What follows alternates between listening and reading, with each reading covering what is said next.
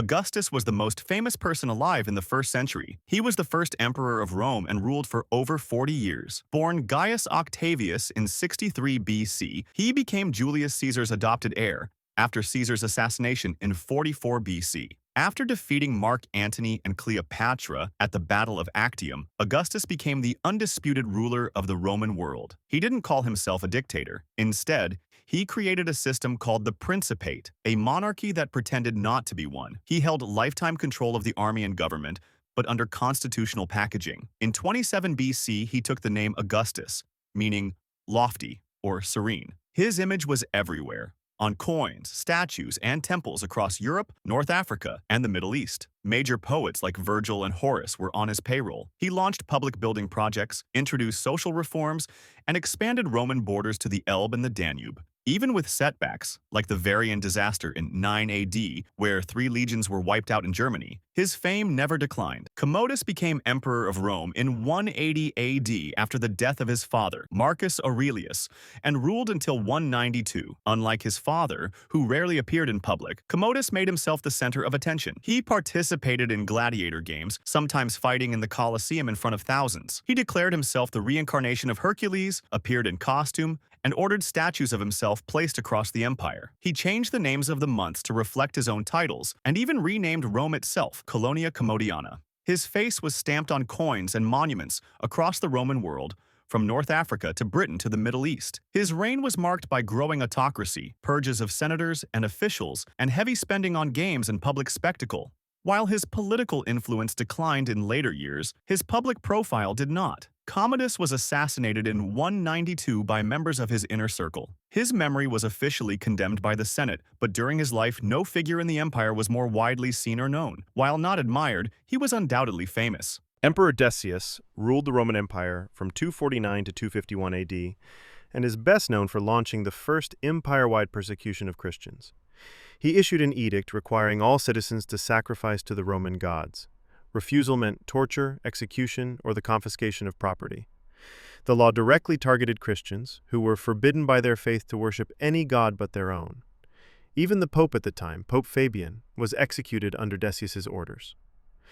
The campaign made Decius a known figure across the empire, not just in government circles, but among ordinary citizens, soldiers, and religious communities. His decree was enforced with written certificates of sacrifice, meaning nearly everyone had to interact with it. His reign ended during a campaign against the Goths. After an initial success at Abritus, his forces were lured into a marshland ambush.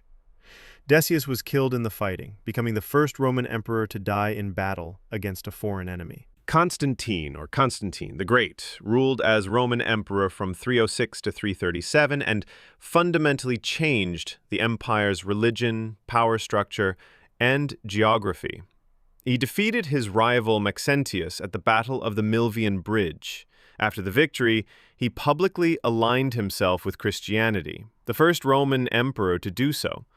Over the next 2 decades, he legalized the religion, funded the construction of churches, and gave the Christian clergy legal privileges. He moved the imperial capital to a new city, which he named Constantinople, and was positioned strategically between Europe and Asia. It would later become the center of Eastern Christianity, remaining politically relevant for over 1,000 years. Constantine's influence reached every corner of the empire. His image was minted on coins, carved into arches, and displayed in statues. He held the title of Pontifex Maximus, attended church councils, and was venerated after his death as both emperor and saint. By the time he died in 337, Constantine had become the most powerful and widely known individual in the Roman world, and the most influential figure in the rise of Christianity. Attila, or Attila the Hun, ruled the Huns from 434 until his death in 453 and led one of the most feared military campaigns against the Roman Empire. He inherited a vast domain with his brother Bleda, stretching from Central Europe to the edges of the Caspian Sea. After murdering his brother Bleda, Attila ruled alone and launched repeated invasions of Roman territory. He attacked the Balkans, forcing the Eastern Roman Empire to pay heavy tribute. He invaded Gaul, but was stopped at the Battle of the Catalonian Plains by a coalition of Romans and Visigoths. A year later, he entered Italy, but famine and plague forced his retreat before reaching Rome. His destruction earned him the title Flagellum Dei, the Scourge of God. Roman writers blamed him for divine punishment. His name was known in every corner of the empire, and his movements caused panic across cities and borders. Attila died in 453, reportedly on his wedding night. His empire collapsed soon after, but during his lifetime, no figure, Roman or otherwise, was more widely feared. Justinian I ruled the Byzantine Empire from 527 to 565 and sought to restore the territorial and cultural legacy of ancient Rome. He reconquered North Africa from the Vandals and retook most of Italy from the Ostrogoths after a long and brutal war. He also fought against Persia and faced repeated invasions from tribes along the empire's northern frontier. Justinian restructured the government and commissioned the Corpus Juris Civilis, or Code of Justinian, a legal project that would influence European law for centuries. In 532, the Nika riots nearly overthrew him, but with support from his wife, Theodora, he held power and ordered the massacre of thousands in the Hippodrome to suppress the revolt. He invested heavily in construction, most notably the Hagia Sophia in Constantinople, which became the architectural symbol of Eastern Christianity. His rule saw constant conflict, religious division, and the first outbreak of bubonic plague in the Mediterranean. But through war, law, and building, Justinian's name and image dominated the Eastern Roman world for nearly 4 decades. Prophet Muhammad, born in Mecca around 570, he founded Islam and led the unification of the Arabian Peninsula under a new religious and political order. He reported receiving revelations from the angel Gabriel, which became the basis of the Quran. He began preaching in Mecca around 613, calling for monotheism, social justice, and the rejection of idol worship. His teachings gained followers, but also strong opposition. In 622, facing threats to his life, Muhammad fled to Medina. This migration, the Hijra, marks the start of the Islamic calendar. From Medina, he led a growing movement that engaged in both diplomacy and military conflict with Mecca and surrounding tribes. By 630, Muhammad had taken Mecca without large-scale bloodshed and removed its idols. Within 2 years, he had unified most of Arabia under Islam. He performed the first Hajj pilgrimage in 632 and died later that year in Medina. During his lifetime, Muhammad was the central religious, political, and military figure in the Arabian world. His name, message, and leadership were known across the region, and his influence expanded rapidly after his death. Harun al-Rashid became the 5th Abbasid caliph in 786 and ruled until his death in 809. His reign marked the political and cultural high point of the Islamic Golden Age. Harun's court in Baghdad became the center of the world's largest and wealthiest empire outside China. He established the House of Wisdom, a major center for scholarship, science, and translation.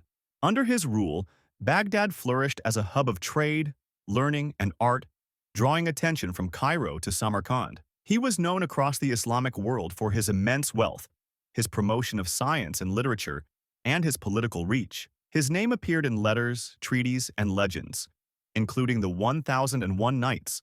Charlemagne ruled as King of the Franks from 768 and as Emperor of the Romans from 800 until his death in 814.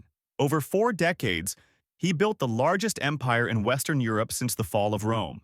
He conquered Saxony, northern Italy, and parts of Spain, Bohemia, and the Danube basin. His campaigns expanded both territory and Christianity, with forced conversions and new bishoprics following the army. In 800, Pope Leo III crowned him emperor in Rome, reviving the title of Western Roman Emperor. While mostly symbolic, it cemented Charlemagne's role as the dominant Christian ruler in Europe. He established a capital at Aachen and introduced widespread administrative reforms. He standardized weights and measures, reformed the legal system, and held annual general assemblies. His court attracted scholars from across Europe, launching the Carolingian Renaissance, a revival of classical learning and Christian education. Charlemagne was widely known not just by rulers and clergy, but by merchants, soldiers, and peasants across Western Europe. He died in 814. Though his empire would soon fracture, Charlemagne's fame during his lifetime was unmatched in the Latin West. al-Rahman III ruled Al-Andalus from 912 to 961. He unified Muslim Spain after decades of internal rebellion and external threats. By the 930s, he had defeated rival factions, suppressed Christian uprisings in the north, and declared a new Umayyad Caliphate in the west, independent of Baghdad and Cairo. Under his rule, Córdoba became the most advanced city in Europe. It had paved streets, public baths, libraries, and a reputation for religious tolerance. Jewish and Christian communities thrived under his administration, and the city became a center of diplomacy, trade, and learning. His fame extended far beyond Iberia. By the 950s, Christian kings sent emissaries to his court, and even Otto I of East Francia, later crowned Holy Roman Emperor, sought diplomatic relations. While Otto was consolidating the German kingdoms, Abd al-Rahman had already built the largest navy in Europe and a caliphate that rivaled Constantinople in wealth and prestige. William the Conqueror, born around 1028, was Duke of Normandy and a direct descendant of Rollo, the Viking who founded the duchy a century earlier. In 1066, after the death of England's King Edward the Confessor, William claimed the English throne. He crossed the Channel with a Norman army, defeated Harold Godwinson at the Battle of Hastings, and became the first Norman king of England. The Norman conquest reshaped English politics, law, language, and aristocracy. He also initiated major building projects, including castles, cathedrals, and fortifications. Most famously, he ordered the construction of the Tower of London. William ruled until his death in 1087. His reign permanently linked England to continental Europe and altered the course of British history. By the end of his life, he was known across Western Europe as the man who had taken and held an entire kingdom by force. Saladin, born in 1137 in Tikrit, he rose from a military officer under the Zhengid dynasty to become Sultan of Egypt and Syria, founding the Ayyubid dynasty and uniting much of the Muslim world. In 1171, he ended the Shia Fatimid Caliphate in Egypt and restored Sunni Islam. By the 1280s, Saladin controlled Egypt, Syria, northern Mesopotamia, and Palestine, more territory than any Muslim ruler since the early caliphs. His fame reached its height in 1187 when he captured Jerusalem from the Crusaders, ending 88 years of Christian control. Unlike the Crusader conquest of the city, which involved mass killings, Saladin's retaking of Jerusalem was notable for its relative restraint and diplomacy. The event shocked Christian Europe and triggered the Third Crusade, where Saladin faced off against Richard the Lionheart of England. Their military engagements ended in a negotiated truce, but Saladin's leadership, piety, and conduct earned him widespread admiration, even from his enemies. Genghis Khan, born as Temujin in 1162 on the Mongolian steppe, he united the Mongol tribes and was proclaimed Genghis Khan, universal ruler, in 1206. Over the next 2 decades, he built the largest land empire in history. He began by conquering the Xisha and Jin dynasties in northern China. In 1215, he captured Yanjing, modern-day Beijing. When a Muslim governor executed his trade delegation, Genghis launched a full invasion of the Khwarezmian Empire, wiping out cities across Persia and Central Asia. His military was highly organized and mobile. Mongol horsemen used advanced tactics, communication systems, and psychological warfare. They could fire arrows while galloping and maneuver in complete silence before surrounding enemy armies. Genghis ruled by merit. He implemented a legal code called the Yasa, promoted loyal commanders regardless of birth, and demanded obedience from both soldiers and sons. He was brutal to enemies,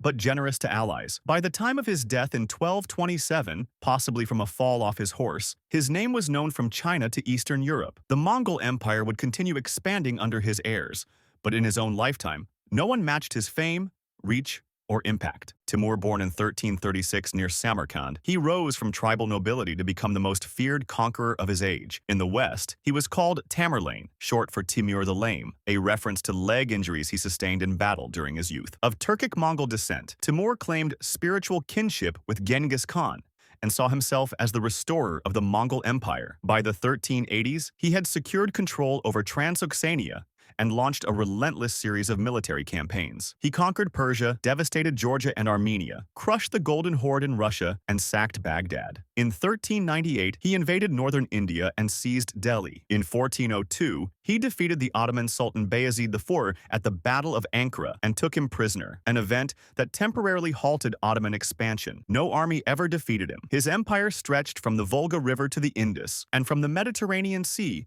to western China. Though constantly at war, he poured resources into turning Samarkand into a center of architecture, science, and Islamic culture. In 1404, he set out to invade Ming China but died on the march in early 1405.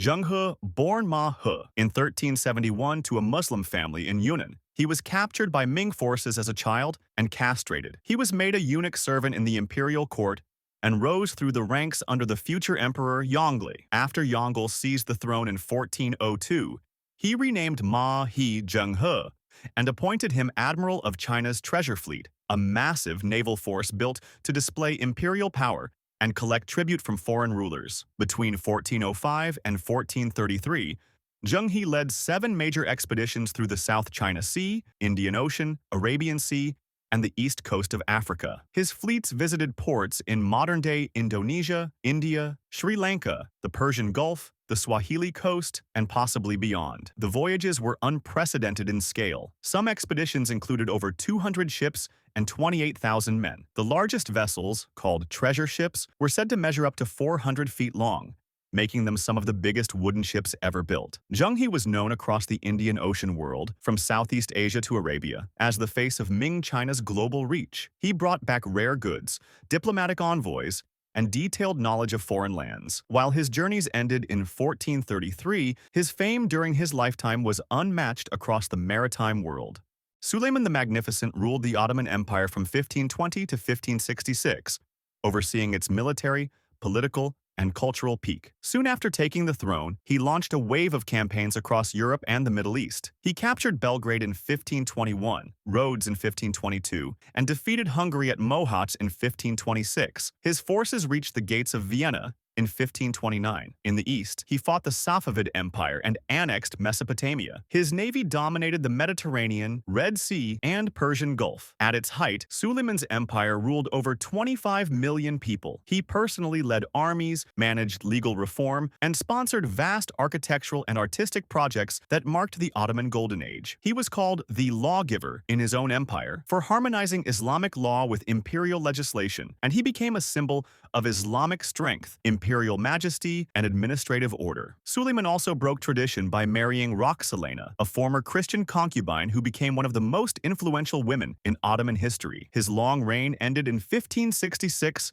after 46 years of rule. From Vienna to Cairo, from Baghdad to Algiers, Suleiman's name was known, feared, and respected. No ruler in the 16th century matched his global profile. Louis XIV, born in 1638, he became King of France in 1643 at the age of 4 and ruled for 72 years, the longest reign of any major European monarch. Known as the Sun King, Louis centralized power under the French crown and ruled as an absolute monarch, declaring that his authority came directly from God. After the death of his chief minister in 1661, he ruled without one, making all decisions himself. He built the Palace of Versailles, moved his court there in 1682, and used it to control the nobility through ritual, pageantry, and surveillance. Versailles became the symbol of absolute monarchy and French cultural dominance. Louis expanded the French military and launched a series of aggressive wars, including the War of Devolution, the Franco-Dutch War, and the War of the Spanish Succession. France reached the height of its territorial and political power during his reign, but at the cost of near-constant warfare and economic strain. Voltaire-born François-Marie Arouet in 1694, he became the public voice of the Enlightenment, challenging religious dogma, royal authority, and intellectual conformity across Europe. His works included poetry, plays, essays, histories, and satire, but it was his fearless criticism of institutions that made him famous. Candide, his most widely read book, mocked blind optimism and exposed the absurdities of war, religion, and politics. His Dictionnaire philosophique condensed Enlightenment thinking into sharp, accessible entries that were widely circulated and banned. Voltaire's influence extended far beyond literature. He promoted religious tolerance, free speech, and rational inquiry, often in direct opposition to church and state. His writings were copied, censored, burned, and still read everywhere from Paris to St. Petersburg. He spent time in prison, in exile, and at the courts of Europe's most powerful rulers, including Frederick the Great of Prussia. By the 1760s and 1770s, he was not just a writer, he was a symbol. When he returned to Paris shortly before his death in 1778, the crowds treated him like a living monument. In an age of revolution in thought, Voltaire's name stood above the rest. No philosopher, king, or general of the 18th century was more quoted, more controversial, or more widely recognized.